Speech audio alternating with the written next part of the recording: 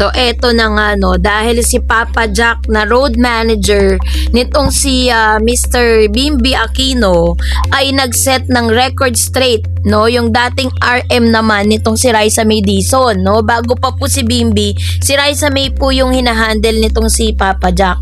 So sa kanya pong TikTok live kamakailan lang, sa gitna ng mga chismis at usap-usapan ng mga netizen tungkol sa kanya, tungkol kay Papa Jack, kay Raisa at kay Bimby, ay naglabas po siya ng isang statement patungkol sa mga bagay na talaga namang nauungkat, no, dito po sa kanilang samahan. So yun ang ating pag-uusapan maya-maya lang. But before that, if you haven't subscribed yet to my YouTube channel, please don't forget to like, share, and subscribe at hit mo na rin ang notification bell for more showbiz updates. So ito na.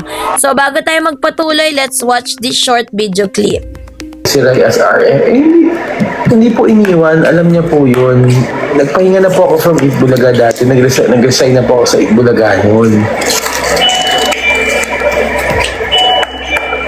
Walang pang-iwan na ganap, kung may iniwan po di sana walang binalikan ngayon, di ba?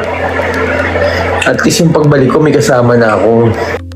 Nag-set ng record straight ang dating road manager or RM ni Raisa May Dizon na si Papa Jack Salvador sa kanyang kamakailan lang na TikTok live. Sa gitna ng mga chismis at usap-usapan ng mga netizen tungkol sa kanyang biglaang pagkawala sa tabi ni Raisa, pinalagay niya ang mga iwanan narrative at ibinunyag ang tunay na kaganapan sa likod ng kanyang pag-alis sa Itbulaga.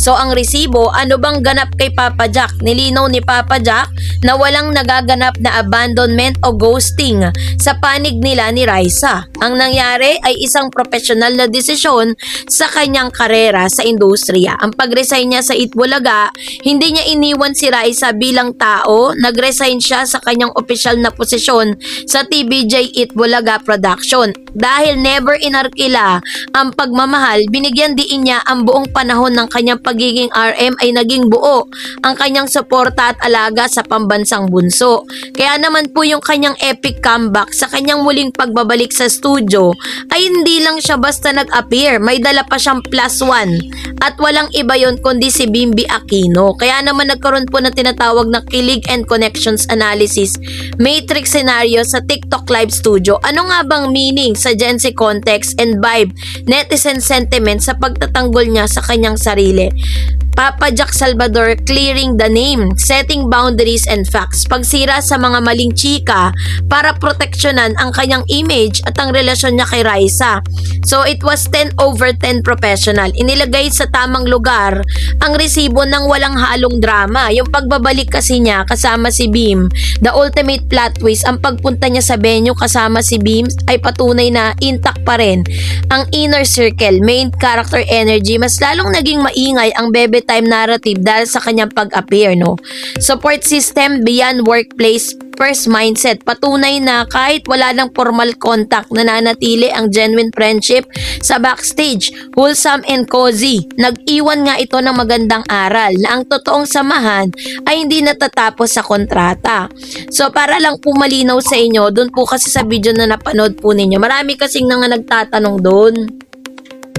Sabi niyang ganon na marami kasing parang sinusumbatan si Papa Jack na bakit daw iniwan ni Papa Jack si Raisa May during those times, diba? Kaya po, kasi ang alam kasi nating lahat na si Raisa talaga, manager niya po si Mr. Jack Salvador. Pero nilinaw nito na hindi niya iniwan si Raisa. It's just so happen na hindi na siya connected sa Itbulaga, kaya wala na siya doon. Pero still, continuous pa rin yung kanilang samahan. Continuous pa rin na siya pa rin ang nag-handle dito kay Miss Raisa May. So yun yung kanyang di lang nga siya masyadong visible sa Itbulaga, no? At parang nag-focus muna siya sa kanyang family during that time.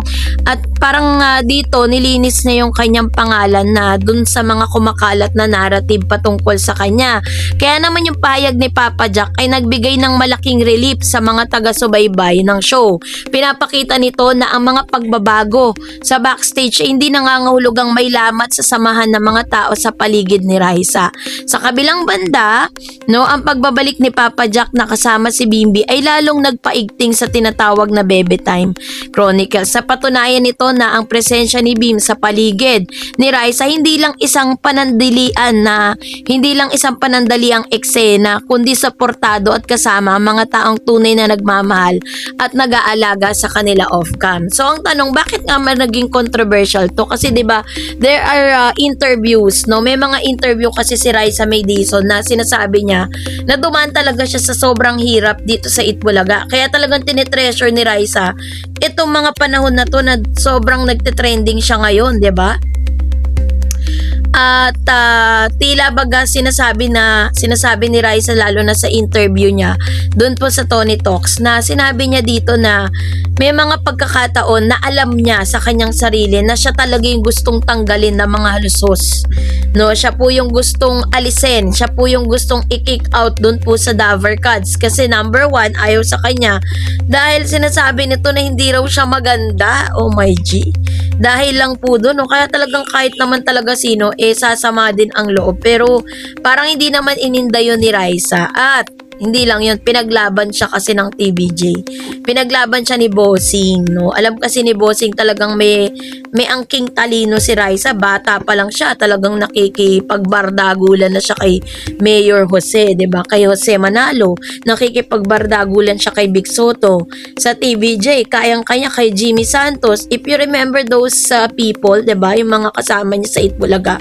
At makikita natin dito na talagang nilaban ni Raisa yung sarili niya para pumanatili siya sa Itbulaga, 'di ba? Kaya naman yung pag-iwan issue na yun, wala pong iwanan na issue. Wala pong iniwan si Papa Jack at never niya pong inabandona itong si Raisa May. So, at least malinaw na, 'di ba, sa kanya na mismo nang galing ang lahat. At the same time, isa rin sa mga good news is hindi siya nang iwan pero may isinama pa siya na nagdulot din ng sobra-sobrang kasiyahan sa mga maybe fans, maybe international. Kasi nakita natin yung spark Nagbalik yung saya, yung kilig na dinudulot po ng family noontime program na Itbulaga. Kasi 'di ba dati talagang hook na hook yung mga tao sa Aldab Kasi ang tao kasi, lalo na ang mga Pinoy, gustong-gusto natin na tayo pinapatawa, gustong-gusto natin pinapakilig tayo, 'di ba? At sa pamamagitan po ni Raisa at ni Bimbi, nakukuha nila yung audience nakaka-capture nila yung audience. At maraming mga audience sa Itbulaga na nagsasabing, ano nga daw, parang dati hindi na sila nanonood ng Itbulaga, pero nung nag-trending nga itong si Raisa at saka si Bimbi, nagbalik Itbulaga, kumbaga nagbalik loob sila.